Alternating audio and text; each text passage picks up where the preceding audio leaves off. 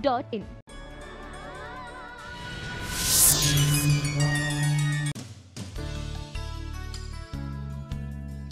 इस कार्यक्रम के पुण्यार्चक हैं पदम कुमार, सीता, राजेंद्र कुमार, आशा, हुकम काका, प्रकाश जैन, छाया, प्रतीक, साक्षी, वैभव, वंदिता, हरसोरा परिवार, Dadabari, Kota, Rajasthan. Jainco enterprises private limited, 592, welcome tower, Dadabari, Kota, Rajasthan एवं AA क्लास कॉन्ट्रैक्टर्स।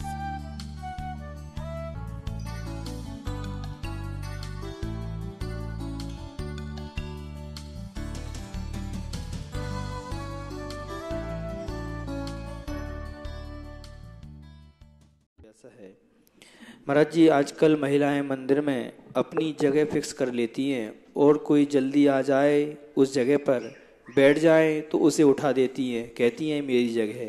तो महाराज जी, मेरी जिज्ञासा है कि ये मंदिर में महिलाओं को ऐसा करना उचित है क्या? कृपया समझाएं। ना महिलाओं को ना पुरुषों को, ये बहुत कई स्थानों की है। कई लोग वेदी फिक्स कर लेते हैं पूजा के लिए और वहीं बैठेंगे, दूसरा कर लिया तो झगड़ा है। ऐसे लोगों को 1-1 लाख रुपए का किराया लगना चाहिए महीने का।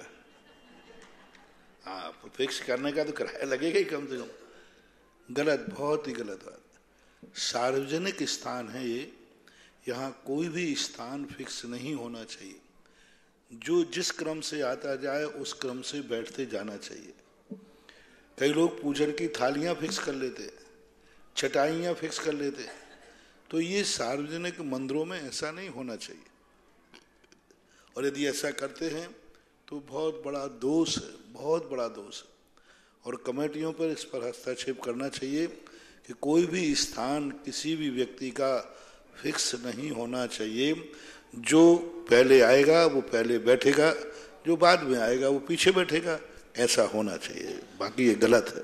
पेंड्रा रोड छत्तीसगढ़ से बेचंद पत्रकार की जिज्ञासा है महाराज श्री, प्रत्येक प्राणी की आत्मा अंतरंग तत्व और दया का भाव बहिरंग तत्व है।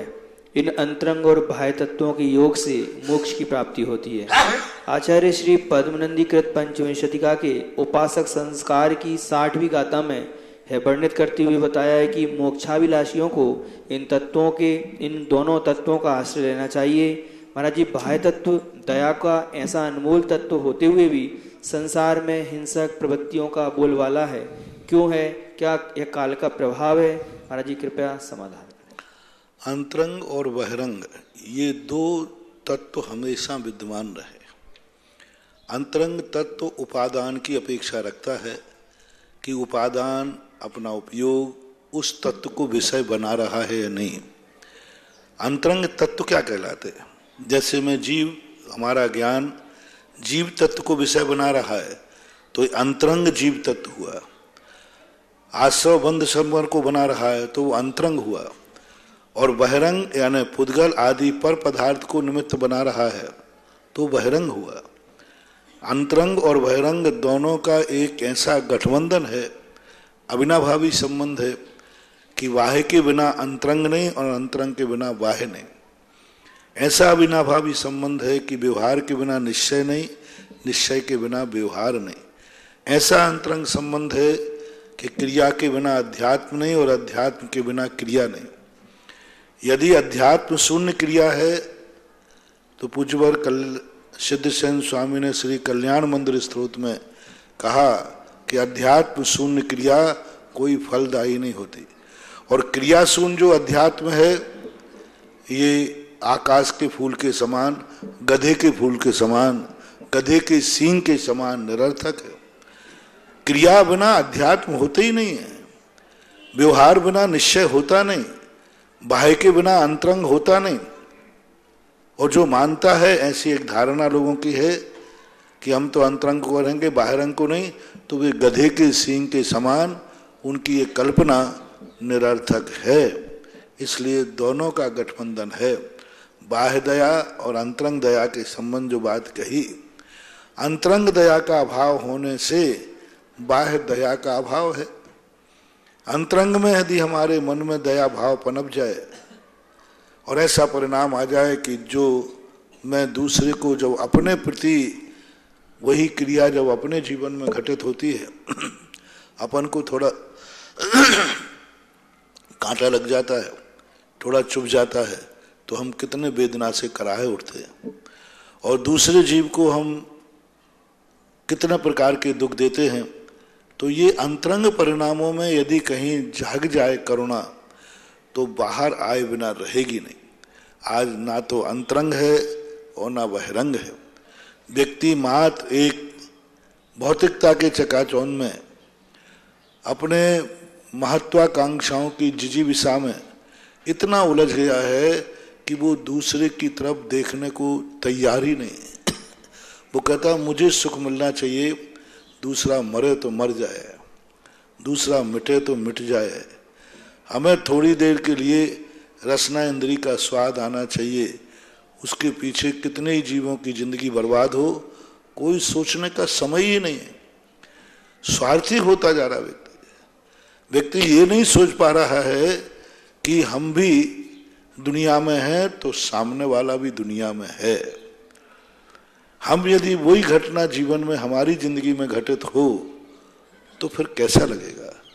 बस इतनी सा सोच व्यक्तियों का बन जाए, व्यक्ति कभी पर पीड़ा नहीं करेगा। मात्र इतना सा सोच, जो हम दूसरों के साथ कर रहे हैं वही घटना कल मेरे साथ घटेगी तो फिर क्या तुम सहन कर पाओगे? क्या तुम्हें अच्छा लगेगा? क्या खुशी मना पाओगे? इतना सा परिणाम यदि व्यक्ति में आ जाए तो चारों तरफ दया, वात्सल्य, अनुकंपा, करुणा, प्रेम, जितने ये सब नाम हैं, ये सब नाम सार्थक हो जाएंगे। बस वही वाली बात है कि एक चोर दूसरे की चोरी करता है और स्वयं के घर में चोरी हो जाए तो फिर रोने बैठ जाता है। एक जीव दूसरे को मारता है और मार का एक गुंडा किसी को मार रहा था, और जब उसने मारने की दूसरा मारने आया तो भाग गया, दूसरों को मारने के लिए तैयार हो गया, और जब स्वयं पिटने की बात आई तो भाग रहा है। ये जब तक अपने अंतरंग में परिणाम बने रहेंगे तब तक ना तो दया ना करुणा कोई भी चीज हो आएगी नहीं, ऐसा मानना। शिवार से उदित जैन इनकी जिज्ञासा है, महाराज जी क्या इस पंचम काल में जीव सातवें नरक तक जा सकता है या नहीं जा सकता तो क्यों? कृपया समझाएं। सातवें नरक को जाने के लिए वज्रवसम नाराज संघनन चाहिए, और वज्रवसम नाराज संघनन आज है नहीं। और वज्रवसम नाराज संघनन की जो आज किसी भी हालत में, ना पुरुषों को किसी को भी नहीं, क्योंकि उतना क्लेश करने के लिए शक्ति नहीं। नरक जाने के लिए जितना क्लेश चाहिए सातवें नरक का, उतना क्लेश यदि अपन कर लेंगे तो ब्रेन हेमरेज हो जाएगा, पागल हो जाएगा, कर ही नहीं सकता। क्योंकि क्लेश करने के लिए भी बहुत बड़ी ताकत चाहिए। आपने देखा थोड़ा सा भी यदि क्लेश हो जाता है तो पूरा शरीर कांपने लग जाता है, पूरा शरीर कांपने लग जाता है। थोड़ा सा क्लेश हो गया, थोड़ा सा संक्लेश हो जाता है तो शरीर गर्म हो जाता है, थोड़ा सा संक्लेश हो जाता है तो शरीर की आप लोग हालत देखो क्या होती है। यानी संक्लेश करने के लिए भी शक्ति चाहिए, और नरक जाने के लिए इतना संक्लेश है कि अपन लोग तो सहन कर ही नहीं पाएंगे। तुरंत उतना संक्लेश आएगा, अपनी दिमाग की नसें फट जाएंगी, मर जाएंगे, पागल हो जाएगा। और पागल इसलिए हो जाएगा कि अब तुम इतने संक्लेश नहीं कर पाओगे, मूर्छित हो जाएगा, ऐसा। अशोकनगर से निर्मल जैन मिर्ची इनकी जिज्ञासा है, महाराज जी बड़े बड़े नीतिकारों ने कहा है कि कोई भी संस्था हो, चाहे राजनीतिक हो, धार्मिक हो, सामाजिक हो, इन सभी में पक्ष और विपक्ष दोनों होना चाहिए, क्योंकि विपक्ष ठोस हो तो पक्ष का कार्य सही रहता है। पर आजकल कई जगह देखने में आता है कि कुछ संस्थाओं में विपक्ष होता ही नहीं है, तो क्या ये सही है? और ऐसा होने पर संस्था की पारदर्शिता कैसी रहेगी? कृपया समाधान। ऐसा हो ही नहीं सकता कि विपक्ष ना हो। नियम है, सिद्धांत है, अविनाभावी संबंध है। जहां हमारे जैन दर्शन ने सर्वज्ञ भगवान ने घोषणा की है, जहां जहां अस्थि है वहां वहां नास्ति है, जहां जहां नास्ति है वहां वहां अस्थि है। अस्थि नहीं तो नास्ति कैसा, नास्ति नहीं तो अस्थि कैसा?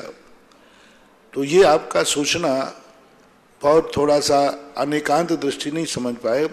संसार में ऐसी कोई भी वस्तु नहीं है, कोई भी व्यक्ति नहीं, कोई भी क्रिया नहीं है जिसका प्रतिपक्षी ना हो। हर चीज का प्रतिपक्षी सबका है। एक नाम बता दीजिए, एक क्रिया बता दीजिए, एक व्यक्ति बता दीजिए जिसका कोई प्रतिपक्षी ना हो। आप नाम ले लीजिए, मैं बता दूंगा उसका प्रतिपक्षी। आप पक्ष बोलिए, मैं विपक्ष बोल दूंगा। सबका है। सूरत से स्नेहल दोषी इनकी जिज्ञासा है, महाराज जी जो विधान आदि कराने वाले विधानाचार्य और विधान में गाने बजाने वाले जो संगीतकार होते हैं, अगर उनके घर में सूतक पातक अगर आ रहा हो और आने के पहले अगर वो घर का त्याग कर दें तो क्या सही है? कृपया समाधान। नहीं, यह परंपरा नहीं है, क्योंकि वो विधान कराने वाले हैं, करने वाले नहीं। संगीतकार वगैरह जो हैं वो अपना संगीत अलग बैठ के बजाएं, उनसे हमें कोई फर्क नहीं पड़ने वाला। विधानाचार्य यदि प्रतिष्ठाचार्य है तो प्रतिष्ठाचार्य के संबंध में विचार किया जा सकता है। बाकी गाने बजाने वालों आदि का सकलीकरण नहीं होता। मात्र प्रतिष्ठाचार्य के संबंध में जो इसे हमारे यहाँ पात्रों में गिना गया है उसके लिए विचार किया जा सकता है। मुंबई से स्वाति जैन की जिज्ञासा है, महाराज जी ग्रह नक्षत्र हमारे जीवन में किस तरह प्रभाव डालते हैं? हमें क्या मूंगा पन्ना आदि पर विश्वास करना चाहिए या नहीं? कृपया। ग्रह नक्षत्र प्रभाव नहीं डालते। ग्रह नक्षत्र हमारे अच्छे बुरे दिनों का इंडिकेटर है, साइन बोर्ड है, संकेत है। हमारी भाषा में हम बोलते हैं थर्मामीटर है। हमारा कैसे कर्म का उदय आने वाला है वो ज्योतिष बताता है। मैं कह रहा हूं ज्योतिष पूर्णतः सत्य है, जानकार नहीं है। हमें ज्योतिष एक एक मिनट की सूचना दे सकता है, आज तुम्हारा कौन से कर्म का उदय आने वाला है, सब संकेत देता है। मैंने कहा ना, अपना शरीर संकेत देता है। कोई भी घटना हो उससे कोई भी हो, सब ज्योतिष पूरा देता है। तुम्हारा इतने समय पर इतने बजकर तुम्हारा परिणाम ऐसा होगा, तुम्हें अनिष्ट संयोग मिलेगा, इष्ट संयोग मिलेगा। सच्चा ज्योतिष जानने वाला व्यक्ति बहुत समता भाव को धारण कर लेता है। सच्चा ज्योतिष जानने वाला व्यक्ति निमित्त बुद्धि नहीं करता, कभी नहीं करता। सच्चा ज्योतिष जानने वाला धर्मात्मा यदि है तो वो फिर निमित्त बुद्धि हटा लेता। वो कहता नहीं, मुझे पहले ही संकेत मिल गया था कि आज मुझे ऐसा निमित्त मिलेगा और मेरे परिणाम ऐसे होंगे। वो फिर कहेगा होना, मेरा तो कर्म उदय में आना था। उपादान दृष्टि इतनी ला देगा वो कि उसको कितनी भी प्रतिकूल परिस्थितियां मिल जाए वो कभी निमित्त पर आरोप लगाएगा ही नहीं। निमित्त बुद्धि ज्योतिष पर नहीं लगाएगा। जैसे मान लीजिए कोई व्यक्ति ज्योतिष को जानता है, उसके सामने से कोई खाली बर्तन लेके निकल गया, उसको क्रोध नहीं आएगा, गुस्सा नहीं आएगा। वो कहता मुझे पहले मालूम था, आज मुझे ये संकेत दे रहा है। वो इन ज्योतिष आदि पर कभी क्रोध नहीं करता कि मेरे शनि का है, मेरा राहु है, मेरा केतु है, मेरे फलाने की महादशा है। वो कहता है ये क्या है, ये तो मात हमारे लिए सूचना दे रहे हैं कि सावधान हो जाओ, तुम्हारे ऐसे कर्मों का उदय आने वाला है। थर्मामीटर क्यों लगाया जाता है बुखार नापने के लिए? इसलिए जिससे कि हम सावधान हो जाएं, आगे बुखार न बढ़ पाए। थर्मामीटर न बुखार मिटाता है न बुखार बनाता है। ऐसे ये जितने ग्रह हैं, ये ग्रह किसी का कुछ भी नहीं करते। ये अचेतन है, ये अचेतन है। और उसके अंदर रहने वाले देवता चेतन है, वे किसी का बिगाड़ते नहीं है, मात्र संकेत है। और हमारे खुद के कर्म का उदय, मैं तो कहता हूं सच्चा ज्योतिष वाला व्यक्ति इतना बढ़िया अध्यात्म कर सकता है, इतना बड़ा अध्यात्म कि वो ज्योतिष के माध्यम से जान लेगा। और वो अच्छे बुरे में, अच्छे में भी जान लेगा कि आज मेरा अच्छा दिन आने वाला है, अच्छा होगा। तो ऐसा माना। जयपुर से अरविंद कुमार जैन की जिज्ञासा है, महाराज श्री क्या कोई आरिका माता जी किसी श्राविका को दीक्षा दे सकती है या नहीं, और यदि नहीं तो क्यों? महाराज जी ये जिज्ञासा किसी महानुभाव की है, वे जिद पर अड़े हुए हैं, कहते हैं माता जी दीक्षा दे सकती हैं। उन्होंने श्री पद्म पुराण जी ग्रंथ में माता सीता जी ने दीक्षारिका पृथ्वीमती माता इसलिए ऐसा उदाहरण कई बार बताते हैं, कृपया समाधान करें। इस संबंध में दो विचारधाराएं हैं, एक होता है मार्ग और एक होता है अपवाद मार्ग। प्रथमान योग एक अपवाद मार्ग है। प्रथमान योग एक घटना है, प्रथमान योग एक प्रैक्टिकल है, लेकिन कानून क्या है? कई बार हमारे लिए कहते ना कि फलाने नेता ने प्रोटोकॉल का उल्लंघन किया। कानून क्या है? कानून बनाता है सिद्धांत ग्रंथ, कानून बनाते हैं चरणान योग ग्रंथ। चरणान योग जो मूल कानून है, पूरे मूलाचार के अंदर कहीं भी आरिका को आरिका दीक्षा देने का उल्लेख नहीं किया गया। पूरे मूलाचार में वहां यह किया गया कि आरिकाओं को दीक्षा देने वाला गणाचार्य कैसा होना चाहिए, आरिका को दीक्षा देने वाला आचार्य कैसा होना चाहिए, आरिका को दीक्षा देने वाली आरिका कैसे होना चाहिए, ये मूलाचार किसी ग्रंथ में नहीं आया। जो कानून बनाते हैं, कानून की किताब है, लॉ है, पूरे के पूरे मूलाचार, मूलाचार प्रदीप, मूलाचार चारसार, पंडित जी साहब का अनगार धर्मामृत, पूरे शास्त्रों में कहीं भी एक भी स्थान पर आरिका आरिका को दीक्षा दे सकती ऐसा उल्लेख नहीं है। यह उल्लेख जरूर मिला है कि आचार्य एक विशेष संज्ञा दी कि आचार्य कैसा हो, उनका कैसे लक्षण हो, कितनी उसमें बीतरागता हो, मन की चंचलता से रहित हो, बहुत सारे टाइटल दिए।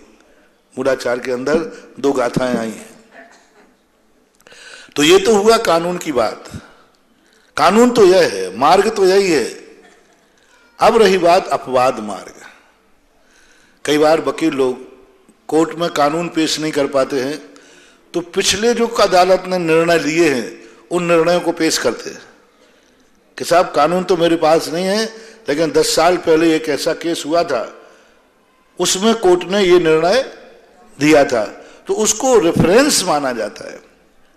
अब कानून तो नहीं बता पाया, लेकिन पिछले बार 10 साल पहले कोर्ट ने निर्णय दिया था। प्रथमान योग ऐसे ही रेफरेंस है। प्रथमान योग के एक ऐसे उदाहरण है जो अपन ये कहते हैं फलाने, तो प्रथमान योग में आरिकाओं ने दीक्षाएं दी हैं। बहुत उदाहरण है, अकेला सीता ही का नहीं, बहुत सारी आरिकाओं को आरिका दीक्षा देने का उल्लेख मिलता है प्रथमान युग में। तो बस मेरा तो कहना यही है, यदि कानून की किताब देखते हैं तो अधिकार नहीं है, कानून तो ये है, और रेफरेंस देखते हैं कि ऐसा पहले हुआ, जैसे मैंने अभी कहा, कोर्ट के सामने वकील ने कहा 10 साल पहले ऐसी घटना घटी थी, कोर्ट ने, तो रेफरेंस है प्रथमान योग। तो रेफरेंस को यदि मानते हो तो स्पष्ट है कि आरिका दीक्षा ली है, दी गई है। अब आपका कानून को मानना है या रेफरेंस को मानना है, निर्णय आपके खाते पे छोड़ता हूं। आज के इस जिज्ञासा समाधान कार्यक्रम में आप सभी का हार्दिक स्वागत, अभिनंदन। महानुभाव परम पूज्य गुरुदेव श्री सुधा सागर जी महाराज श्री के पावन आशीर्वाद और प्रेरणा से परम पूज्य मुनि श्री निष्कम सागर जी महाराज जी के द्वारा सर्वप्रथम तो आवा ग्राम के महिलाओं को, बच्चों को, बालिकाओं को, सभी को भक्तामर जी का अध्ययन स्वाध्याय कराया गया। तत्पश्चात गुरुदेव ने बड़ी अनुकंपा करके और महान पुरुषार्थ करके सभी को तत्वार सूत्र जी का अध्ययन कराया। गुरुदेव ऐसे छोटे बच्चे हैं जिनको भी गुरुदेव ने बड़ी मेहनत करके पूरे 10 अध्याय याद कराए, वो सभी पधारेंगे। अंकिता जी, रिया जी, स्वीटी जी, परमिला जी, ऐश्वर्या जी, अंतिमा जी, आकांक्षा जी, दीपू, तनय, हर्ष, चयन, मानसी, पूजा, महिम, सभी पधारेंगे। गुरुदेव इन सबको पूरे 10 अध्याय कंठस्थ याद है। इनको पुरस्कार जिनकी तरफ से दिया जा रहा है, श्रेष्ठी परिवार, श्रीमान मुन्ना लाल जी, कांति, उत्तम कुमार जी, श्री संपत जी, राकेश जी, लोकेश जी, समस्त दगड़ा परिवार, किशनगढ़ वाले पधारेंगे। श्रेष्ठ पुण्यार्जक परिवार, ये ऐसे बच्चे गुरुदेव इनको पूरे 10 अध्याय कंठस्थ याद है। कहीं से भी कोई सा भी सूत्र पूछे पूरे याद है। आ जाइए, सभी आ जाइए। मैं पूछ लूं? हाँ, तत्वार सूत्र जी के सूत्र। दूसरे अध्याय का 5वां, आगे के अक्षर से दूसरे अध्याय का सूत्र बचाओगे कि अध्याय? अच्छा, दूसरा अध्याय सुनाओ।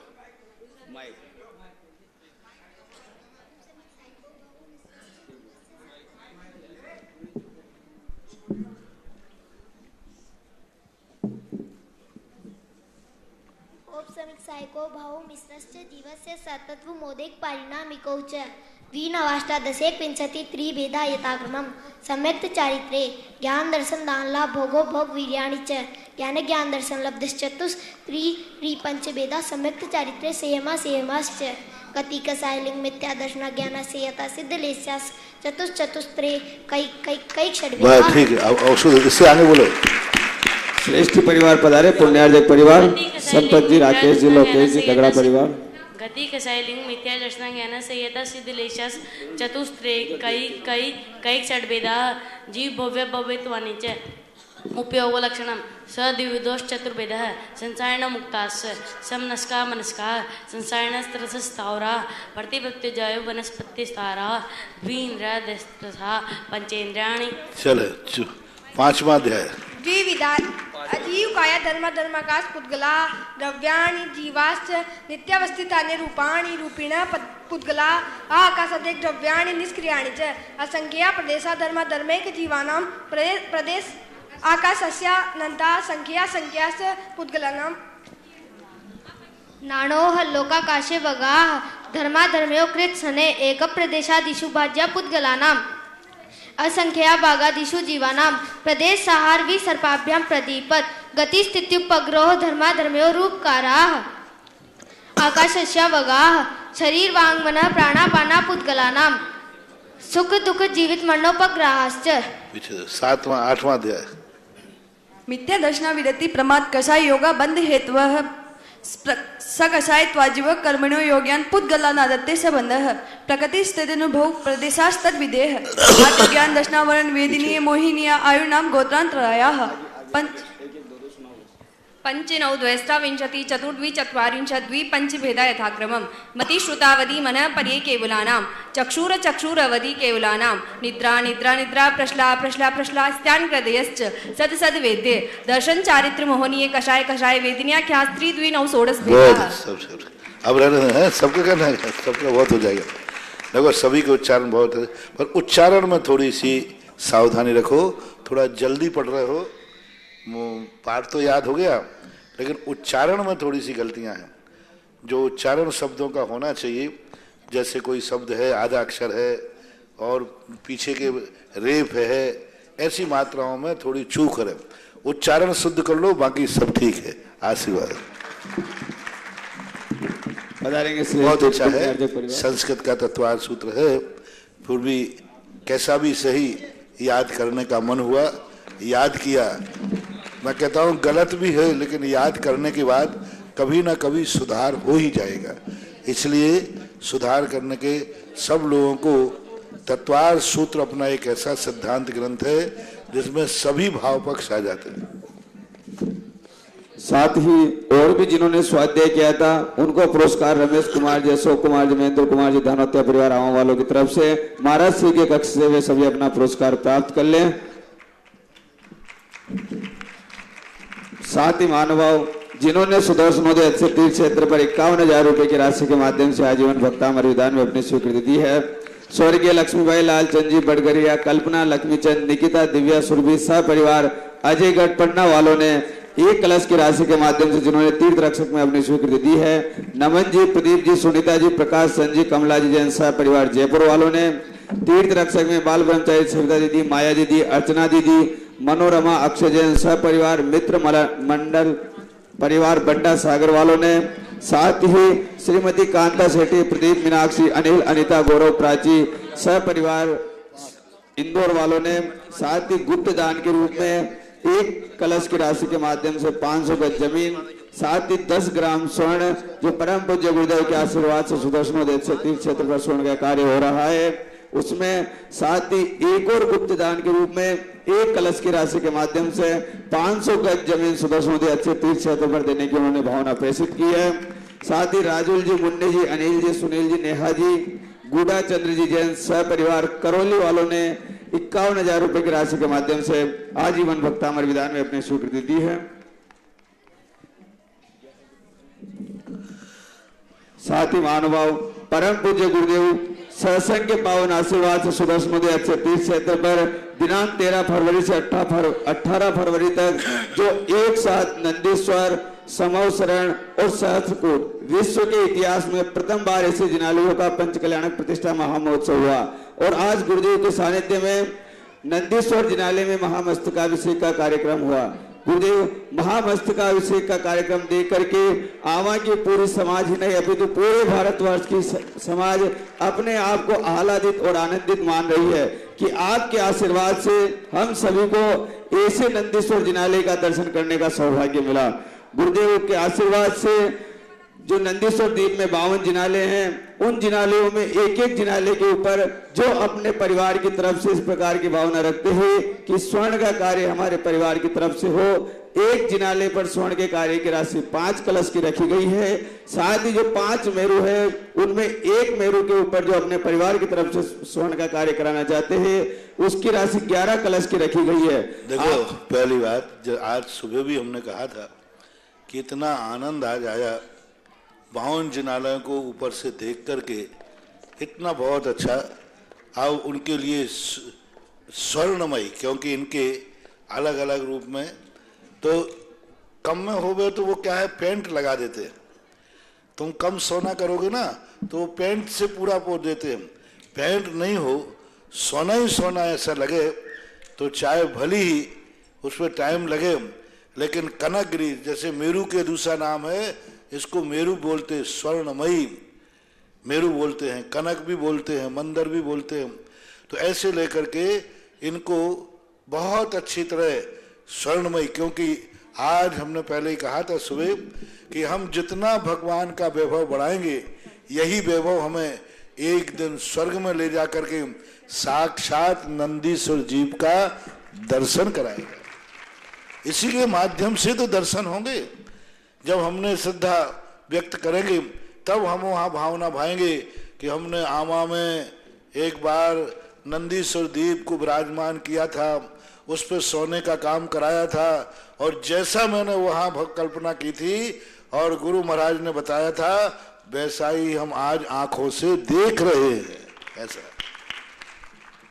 जिनके भी भाव हो एक जिनालय पर पूरे स्वर्ण का कार्य 5 कलश की राशि के माध्यम से आप करा सकते हैं। आपके पूरे परिवार का नाम उस जिनालय पर अंकित किया जाएगा कि इस जिनालय पर स्वर्ण का कार्य इस श्रेष्ठ परिवार के द्वारा कराया गया है। जिनके भी भाव बने अपने भावों को हम तक प्रेषित करें। जिज्ञासा के लिए अमित जी जैन मुंगावली, इनके पश्चात तैयार रहेंगे श्रीमती नवरत्न जी दगड़ा किशनगढ़। माइक पहुंचा दे शीघ्रता से। श्रीमती अनीसा जी जैन सपरिवार इंदौर वालों ने भी भक्तामर विधान में अपनी स्वीकृति दी है। जिज्ञासा के लिए अमित जी। हेलो,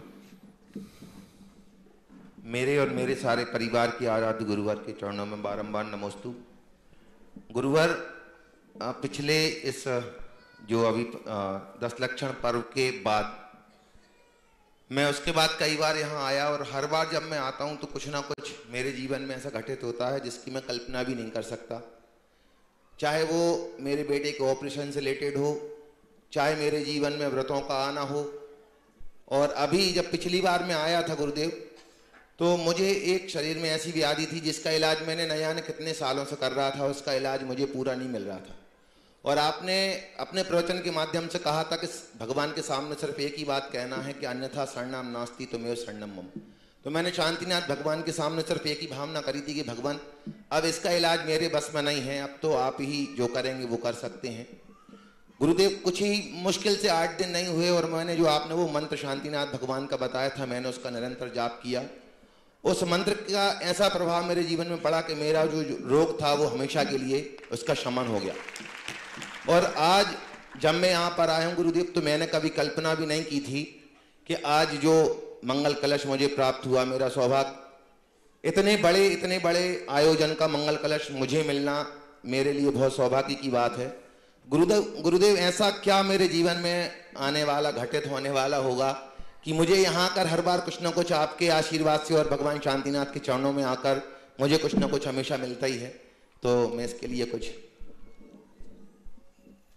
जहाँ धर्म का भंडार हो वहाँ कुछ नहीं लगाया जाता है, यहाँ सब कुछ मिलता है, कुछ नहीं मिलता है, सब कुछ मिलता है।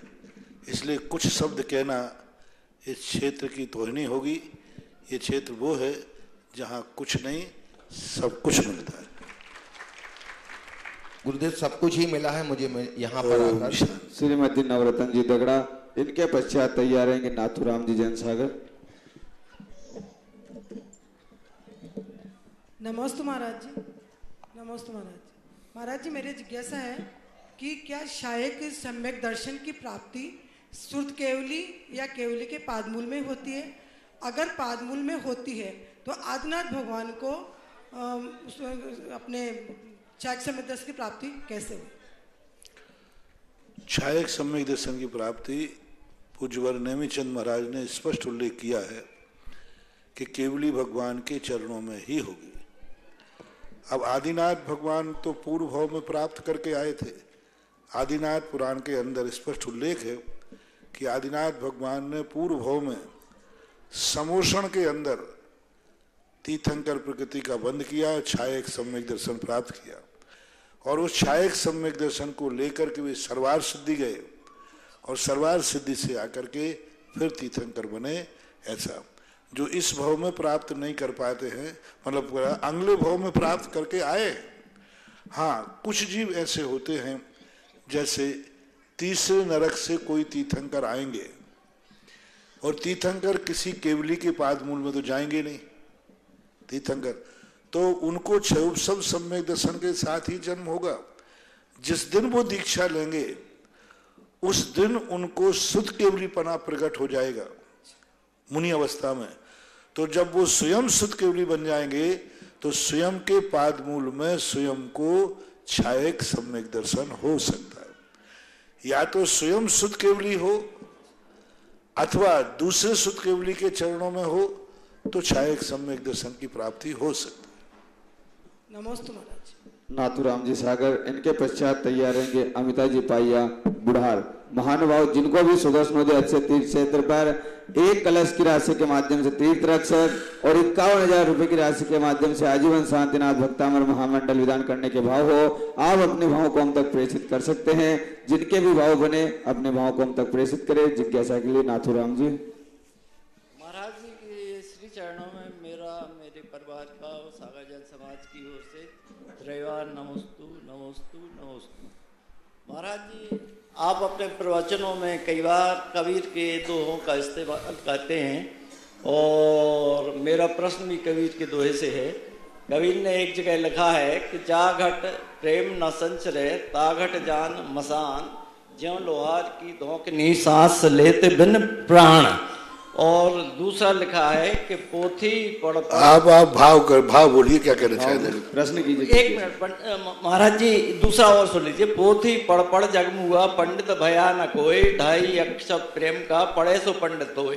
तो महाराज जी, आप तो पंडितों के पंडित हैं, तो मैं ये जानना चाहता हूँ कि वो पोथी प्रेम की कौन सी है जिसे पढ़ के आदमी रह सकता है? जो हमने पढ़ी वही तुम पढ़ लेना। जो हमने किया वो तुम कर लेना, जो मैं कर रहा हूँ वो तुम करना। पोथी का अर्थ हुआ, पोथियों का अर्थ होता है एक अंतरंग आत्मा की पर्याय होती है। जैसे अभी मैंने प्रारंभ में कहा था, जब व्यक्ति उपादान दृष्टि रखता है कि जो कार्य मेरे साथ दूसरों के साथ मैं कर रहा हूँ, यदि वही घटना मेरे साथ घटे तो क्या होगा, ये चिंतन ही एक दिन उसे 2.5 अक्षर के प्रेम का ज्ञान करा देता है। बस इतना ही माना। अमिता जी पाइया बुढ़ार, इनके पश्चात तैयार रहेंगे महावीर जी गोयल। महाराज जी के चरणों में कोटिशा नमोस्तु मेरे परिवार की तरफ से एवं मेरे। महाराज श्री सम्यक दृष्टि जीव को कोई भय नहीं रहता, सप्त भयों से मुक्त रहता है वो, पर वर्तमान में सभी भय से कोई न कोई भय से ग्रसित हैं। यहाँ तक कि चक्रवर्ती का जीव भी भय से मुक्त नहीं था, तो इसका कारण क्या है? भय का अर्थ जो अपन डर जाते हैं ये भय नहीं है। भय का अर्थ होता है यह लोक भय, मैंने ऐसा पाप कर डाला, अब मेरे क्या होगा, मेरी बदनामी हो जाएगी, मेरे लिए कौन क्या कहेंगे, ये भय। तो ऐसा व्यक्ति सम्यक दृष्टि पाप नहीं करेगा जिससे उसकी बदनामी, परलोक में मैंने ऐसे बुरे कार्य किए, अब मेरी दुर्गति हो जाएगी, ये परलोक भय।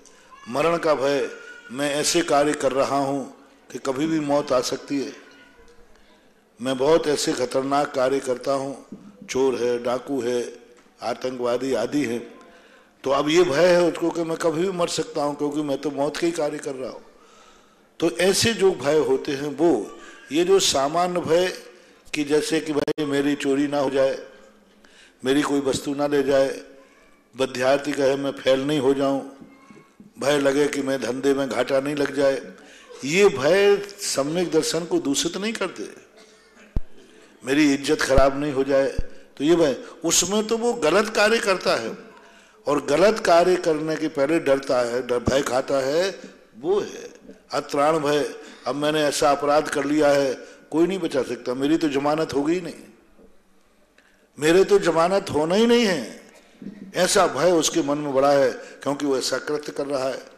तो जो ये 7 भयों की चर्चा आती है, इसके संबंध में बहुत सारे लोग समझ नहीं पाते कि कोई भी अविरत सम्यक दृष्टि तो क्या, छठे गुणस्थान तक मुनिराज भी पूर्ण भयों से मुक्त हो ही नहीं सकते। बीमार है, मैं मर नहीं जाऊं तो दवाई काहे के लिए खाते हैं, भय से तो खाते हैं कि भाई मर जाऊंगा।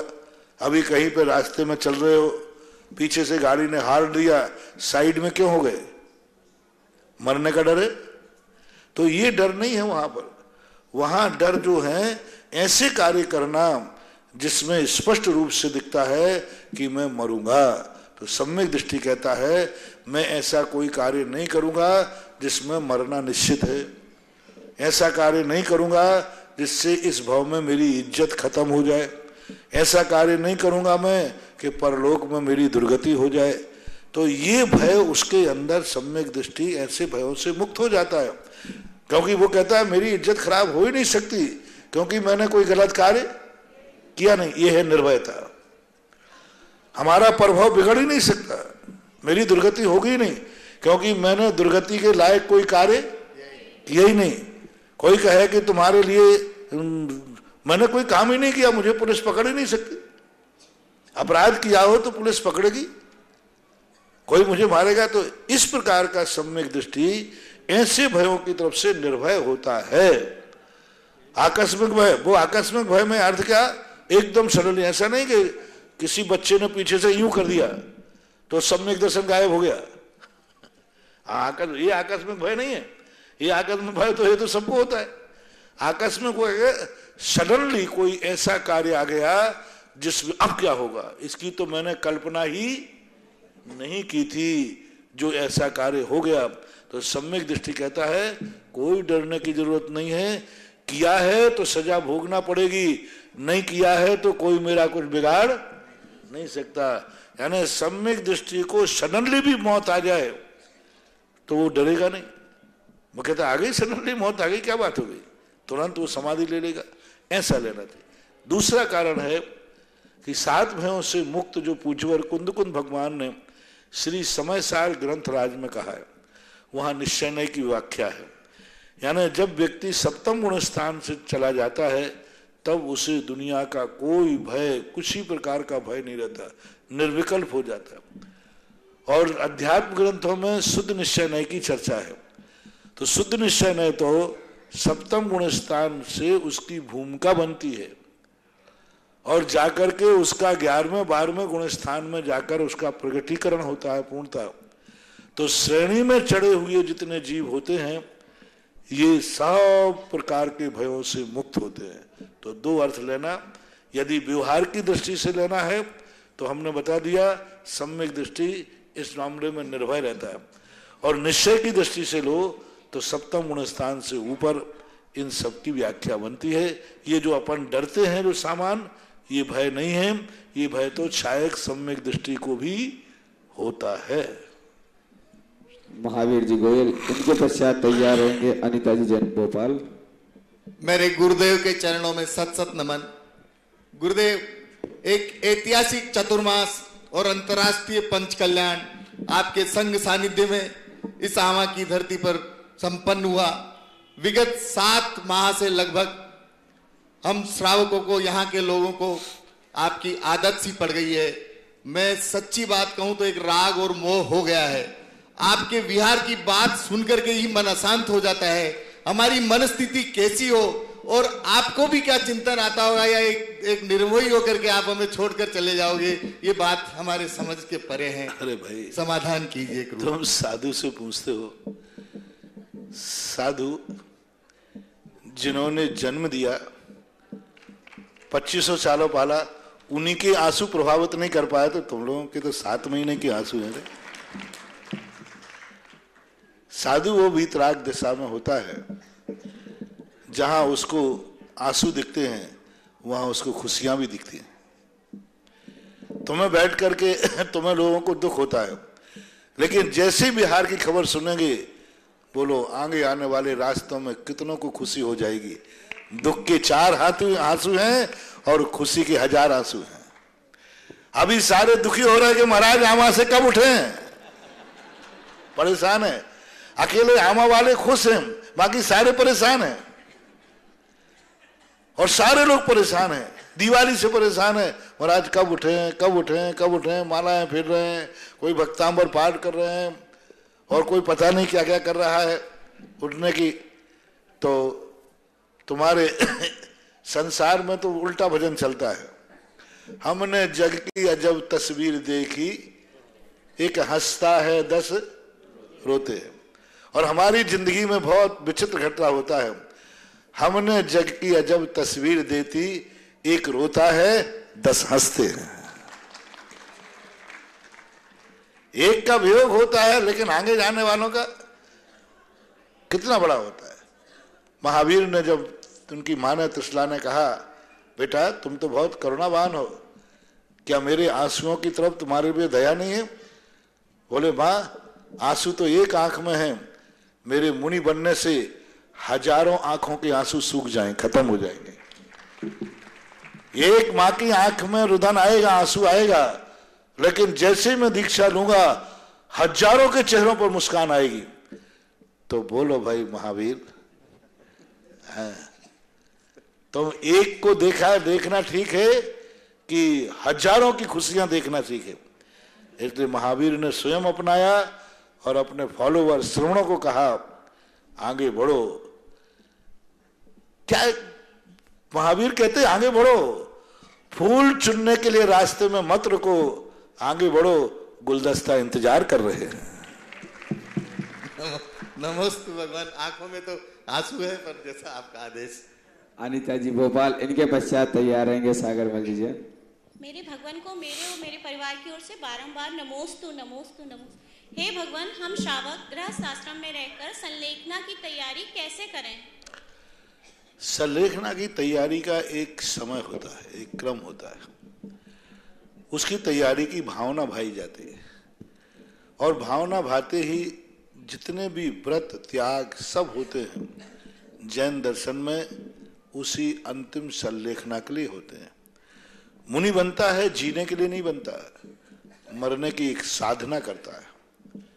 समाधि जिसे बोलते, संलेखना बोलते। सम्यक दृष्टि जितनी भी पूजा पाठ क्रियाएं करता है, वो उस अंतिम समय सुधारने के लिए करता है। क्योंकि जब तक हमारे जीवन में संस्कार नहीं आएंगे तो अंतिम समय हमारा जीवन उस महामहोत्सव को स्वीकार भी नहीं कर पाएगा। इसलिए उसको पहले से ही ये जितने आचरण हैं, आचार हैं, ये सब उसी संलेखना की तरफ ले जाते हैं। अब किसी भी चीज की पढ़ाई के लिए 365 दिन जब कोई व्यक्ति पढ़ता है, तब एक दिन परीक्षा का होता है। ऐसे ही जिंदगी भर ये सब साधनाएं करना पड़ती हैं, और अंत का वो समय आता है, उस समय इसकी परीक्षा होती है। सागर मल जी जैन, इनके पश्चात तैयार रहेंगे निर्मला जी जैन देवली, जिन्होंने अभी अभी अपनी स्वीकृति दी है वक्तामर विधान में। अनिल जी, अभिषेक जी, श्रेष्ठ जी जैन सह परिवार सहारनपुर उत्तर प्रदेश वालों ने भी आजीवन वक्तामर विधान में अपनी स्वीकृति दी है। जिज्ञासा के लिए सागर मल जी। हमारे पूज्य पिताजी के परिवार के आराध्य गुरुवर के चरणों में सत सत नमन। गुरुवर, आज नंदीश्वर जिनालय का जो हमने दृश्य देखा है वो जीवन में देवता लोग ही जा पाते हैं, हम लोग तो जा नहीं पाते, मनुष्य हैं। लेकिन आज साक्षात ऐसा लगा कि हम देव बनकर वहां पर जो आकाश में जैसे तैर रहे हो, ऐसा लगा कि वो जिनाले जितने भी थे आकाश में तैर रहे थे। और आप समोसों में बैठे थे, आपका जब हमने चेहरा देखा तो आपको इतनी खुशी हो रही थी, उस दृश्य को देखते हुए देखा नहीं जा रहा था। गुरुवर, ऐसा हमारा क्या पुण्य है कि हम लोग यहाँ इस प्रकार से यहाँ उपस्थित हुए और सभी लोगों को वहां प्रतिमा स्थापित करने का भी मौका मिला। मेरी खुशी का कारण था कि मैं आंखों से तो देख रहा था आमा का नंदीश्वर और ज्ञान से देख रहा था 8वें दीप का नंदीश्वर। जो मैंने शास्त्रों में नंदीश्वर दीप की महिमा पढ़ी, एक एक दिशा के एक एक मूर्ति को देख करके मेरा ज्ञान उधर की कल्पना कर रहा था, उधर की तुलना कर रहा था। और जब कोई चीज की ऐसी तुलना होती है तो सहज भाव में एक चेहरे पर तेज आनंद की अनुभूति होती है। मैं सदा कहता हूं कि यदि भगवान के दर्शन में आनंद लेना है, किसी भी वर्तमान क्रिया में यदि आनंद आना है तो उसमें कुछ भविष्य का दर्शन करो। जिस चीज में, जिस क्रिया में हमें भविष्य नहीं दिखता है, उस क्रिया का आनंद ज्यादा देर नहीं टिकता। थोड़ी देर के लिए आनंद आने के बाद फिर वो हताश हो जाता है, क्योंकि उसको भविष्य नहीं दिखा। वर्तमान का तो आनंद है। जैसे बच्चा मिट्टी खाता है, खाते समय आनंद आता था, और खाने के बाद जब उसका गला सूखता है या पेट में दर्द होता है तो वो कहता है कैसी बात। और जब किसी को भविष्य दिख जाता है तो उस क्रिया का आनंद हजारों हजारों गुना बढ़ जाता है। भविष्य दिख गया ना, इस क्रिया करने से मुझे यह उपलब्धि हो। मैं सदा कहता हूं, भगवान के दर्शन करने में जब ही आनंद आएगा जब भगवान का दर्शन करते करते ये दिखने लग जाए यही तो मेरा भविष्य है, कल मैं भी भगवान बनूंगा। फिर देखो आनंद की। एक व्यक्ति जैसे जूनियर होता है ना, तो किसी की यहाँ प्रैक्टिस करता है, और प्रैक्टिस करते समय उसके मन में एक आनंद की लहर होती, बहुत मेहनत करता है। क्यों? उसको दिखता है कल मैं भी सीनियर के समान बनूंगा। ऐसे ही भगवान के दर्शन करते हुए आनंद की अनुभूति जब होगी। कई लोग बोर हो जाते दर्शन करते करते, कई लोग बोर परेशान हो जाते, कितना दर्शन करूं, वे वर्तमान में जी रहे। और यदि तुमने ये देख लिया कि भगवान में जो मैं दर्शन कर रहा हूं यही तो मेरा भविष्य है, तो आपको इतना आनंद आएगा, तुम भगवान का दर्शन नहीं कर रहे हो, अपनी भावी पर्याय का दर्शन कर रहे हो। इसी प्रकार से हर चीज में, व्रत नियम में भी यही होता है। व्रत नियम में आनंद आता है कब आएगा? जब मुझे और बड़े नियम लेना हो। ऐसे ही दान देने वाले को आनंद आता है, कभी थकते ही नहीं, विराम ही नहीं लेता। वो तो कहता मैं देता जाऊं। बोले आनंद क्यों आ रहा है? बोले अभी तो कुछ नहीं दिया, अभी तो पता नहीं क्या क्या और देना है। बनिया कहता है बस बहुत हो गया, और जैनी कहता है अभी तो शुरुआत है, कितना देना है। जब जब तुम्हें दान देते समय ये भाव आवे कि बहुत हो गया दान, कितना दूं, समझ लेना तुम्हारा दान पुण्य बनिया का पुण्य है, जो सांसारिक सुखों। अब आगे नहीं दे पाओगे, आप आगे देने की शक्ति नहीं बढ़ेगी तुम्हारी, तुम्हारा विराम रुक गया, तुम्हारी बढ़ोतरी रुक गई, तुम विराम, क्योंकि तुम थक गए। दान देते समय, पूजा करते समय, सामायिक करते समय, हम मुनि महाराज लोग भी यदि हम सामायिक करते करते समय थक गए, कितनी सामायिक करूं, समझ लेना मुनि व्रत रुक गया। आप पूजा करते करते थक गए, आप बस श्रावक से ऊपर नहीं उठ पाओगे। आप दान देते देते ये भाव आ गया, बहुत दान हो गया, ये भाव आते ही समझ लेना आपके सारे विकास के रास्ते खुल गए। अब आप कभी आगे व्यापार में नहीं बढ़ पाओगे, आपकी पूंजी नहीं बढ़ेगी, आपका निवेश नहीं बढ़ेगा, क्योंकि आपने विराम कर दिया। और यदि आपने ये भाव किया अभी तो क्या दिया है, ये तो शुरुआत है, आनंद तो इतना आ रहा है कि मैं सारी जिंदगी के 3 लोग का राज्य भी दे दूं, यदि घर जोर मारो चाले, यदि ये भाव आ रहा है कि ऐसा भाव आ रहा है, अभी तो मैंने मंदिर कुछ नहीं बनाया, मन शक्ति हो तो सोने का बना दो, ऐसा जो दान देने में वो जैनी का दान कहलाता है। और ये जो दान देने की उमंग तुम्हारे मन में आई, बस यही एक दिन तुम्हारा विकास वहां तक ले जाएगा कि तुम्हारी वो शिक्षा की पूर्ति होगी। इसलिए मैं सदा कहता हूं, क्रिया करने में विराम मत करना। धर्म की क्रियाओं में जोश आना चाहिए, उसमें भावी रूप दिखना चाहिए, भविष्य दिखना चाहिए, ऐसा माना। नमस्ते गुरु। निर्मला जी जैन देवली, इनके पश्चात तैयार रहेंगे केवल चंद जी जैन शिवर, लोकेश जी जैन। मेरे परम आराध्य गुरुदेव के चरणों में कोटिश नमन। गुरुदेव, मेरी जिज्ञासा तो इन्होंने पूछ ली। मेरी दूसरी जिज्ञासा ये कि आज नंदीश्वर दीप और पंचमेरु चैत्यालय में मंडल विधान करा तो ऐसा अनुभव हुआ कि साक्षात इंद्रलोक में आ गई। महाराज श्री जी, अष्टानी का पर्व आ रहा है और उसमें अष्टानी का पर्व में नंदीश्वर दीप और पंचमेरु जी मंदिर में साक्षात पूजन करने से क्या लाभ है? और महाराज श्री जी, आपके सानिध्य में सिद्ध चक्र मंडल विधान हो जाता तो सोने के सुहागा होता। महाराज श्री जी नमस्ते। सिद्ध चक्र मंडल विधान अलग चीज है और नंदीश्वर विधान अलग चीज है। सिद्ध चक्र मंडल विधान के लिए कोई जरूरी नहीं कि नंदीश्वर दीप ही चाहिए या नंदीश्वर मंदिर में ही होगा, वहां तो सिद्धों की आराधना। एक नंदीश्वर विधान होता है जिसमें मात्र 52 जिनालय का वर्णन होता है, कुछ पंचमेरु आदि का भी, 5 मेरु का। तो अब तो आप लोगों के पास आ गया, तो अष्टान का पर्व में चारों दिशाओं में घूम घूम करके खूब अच्छी तरह नंदीश्वर दीप करो, नंदीश्वर विधान करो। आज एक छोटा सा विधान 1-1.5 घंटे का किया, उसको 8 दिन का करो। देवता लोग 8 दिन तक 6-6 घंटे यानी 2 पहर तक एक 13 जिनालयों को वंदना करते हैं। एक जिनालय में जाकर फिर दूसरे में, फिर तीसरे में, चौथे में, ऐसा करके करते हैं, तो कर सकते हैं। लोकेश जी जैन, इनके पश्चात तैयार रहेंगे ज्योति जी जैन। परम पूज्य गुरुवर के श्री चरणों में नमोस्तु नमोस्तु नमोस्तु। हे गुरुदेव, आप पिछले 7 से 8 महीने से यहाँ विराजमान हैं और मैं पूर्व में हुई जिज्ञासा को थोड़ा आगे बढ़ाऊंगा, क्योंकि मुझे संदेह है शायद इस पांडाल के नीचे कल हमारी जिज्ञासाओं का समाधान भी हो पाएगा अथवा नहीं।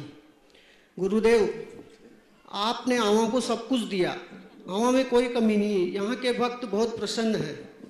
और मेरी जिज्ञासा ये है गुरुदेव कि जब आपका विहार यहाँ से होगा तो उसके बाद ये लोग थोड़ा मन स्थिति विपरीत होगी, तो इनको जीवन जीने की कला क्या होनी चाहिए?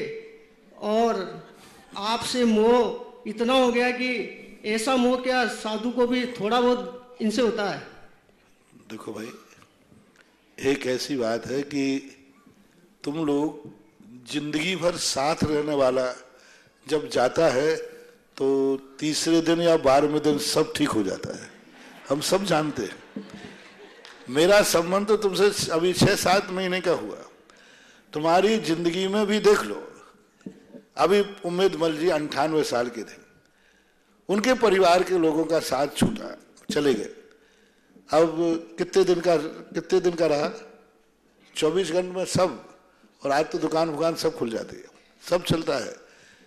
ये जो है, जब तुम जीवन साथी रहने वालों को भी 3 दिन में और 10-12 दिन में भूल जाते हो, तो आगे हमें कोई ज्यादा उम्मीद नहीं करने की जरूरत है। सब सेटल हो जाएगा, कुछ नहीं है, सब चीजें होती है। साधु की स्थिति देख विचार करें। कितने लोगों का, यदि मान लीजिए एक राजा था, बहुत अच्छा सुख में रह रहा था, बहुत बढ़िया, जैसे आमा वाले आनंद में रह रहे ना, ऐसे। तो उसने मंत्री से कहा कि मंत्री जी, यदि ये परिवर्तन ना होता, जो राजा है वो राजा ही बना रहता, ऐसे आप लोग सोच रहे हो कि काश ऐसा नियम होता कि महाराज के बिहार का नियम ही नहीं होता, एक ही जगह यहीं रह जाते जिंदगी भर। मैं सब समझ रहा हूं, बिहार ही नहीं होता, हमेशा यहां रह जाते। ये हो तो सकता है, हो तो सकता है राजा साहब, हो तो सकता था। लेकिन यदि प्रकृति का ये नियम होता तो आप राजा नहीं बन पाते। बोले क्यों? बोले आपके पिताजी ही राजा बने रहते, आप तो। यदि ये बिहार नहीं होता तो ये चतुर्मास भी नहीं होता, क्योंकि जहां से हम आए थे वहां भी यही दशा थी, वहां भी वही स्थिति थी। यदि मैं वहां से उतने लोगों को दुख दे करके और नहीं बढ़ता, इसके पहले कहा था मैं नारेली 6 महीने, वहां भी ऐसे ही ठाट रहे, वहां भी खूब बरसात होती थी दिन भर, कहीं सोना बरसता था, कहीं चांदी बरसती थी, कहीं पता नहीं क्या क्या बरसता था, ऐसे बरसते थे कि भंडारे भर गए। तो जब वहां विहार किया तो उन लोगों ने भी यही प्रश्न किया कि महाराज अब क्या होगा। यदि मान लीजिए मैं उनके आंसुओं पर या उनके दुख पर करुणा करके रुक जाता, तो बताओ बाबू फिर तुम्हारा क्या होता। क्योंकि जैसे तुम वैसे वो, मैं तो वही हूं ना। तो जब उनके आंसुओं की उपेक्षा करके आमा को खुशी देने चला आया, तो फिर साधु तो वही हूं ना। इसलिए वही स्थिति बनती है जो मैंने कही थी ना कि आगे एक यदि साधु एक स्थान पर रुक जाएगा, यदि सारे बादल एक ही स्थान पर बरसेंगे तो क्या होगा सारे विश्व का। बादल सारी दुनिया में बरसना चाहिए या एक ही स्थान पर? बादल यदि एक ही स्थान पर बरसे तो फिर क्या होगा, सारा दुनिया सुखी हो जाएगी। साधु यदि एक ही स्थान पर मेहरबान रहेगा तो फिर सारी दुनिया का क्या होगा। इसलिए भावना भाना चाहिए कि ये बरसात एक ही स्थान पर नहीं, सारे जगत के कोने कोने पर ये बरसात होना चाहिए। ज्योति जी जैन, इनके पश्चात तैयार रहेंगे उषा किरण जी जैन। हे भगवान, मेरे और मेरे परिवार की तरफ से त्रिवार नमोस्तु नमोस्तु नमोस्तु। मेरा प्रश्न है, पंच परमेष्ठी के अनेक रंग होते हैं, उससे हमारे शरीर पर क्या प्रभाव पड़ता है? पंच परमेष्ठी अनेक रंग होते हैं। पंच परमेष्ठी के रंग नहीं होते, पंच परमेष्ठी का जो नेचर है, जो उनके मूल गुण हैं, उनका रंगों से मैचिंग होता है। इस कार्यक्रम के पुण्यार्चक थे पदम कुमार सीता, राजेंद्र कुमार आशा, हुकम काका, प्रकाश जैन छाया, प्रतीक साक्षी, वैभव वंदिता, हरसोरा परिवार, Dadabari, Kota, Rajasthan. Jainco enterprises private limited 592, welcome tower, Dadabari, Kota, Rajasthan एवं AA क्लास कॉन्ट्रैक्टर्स।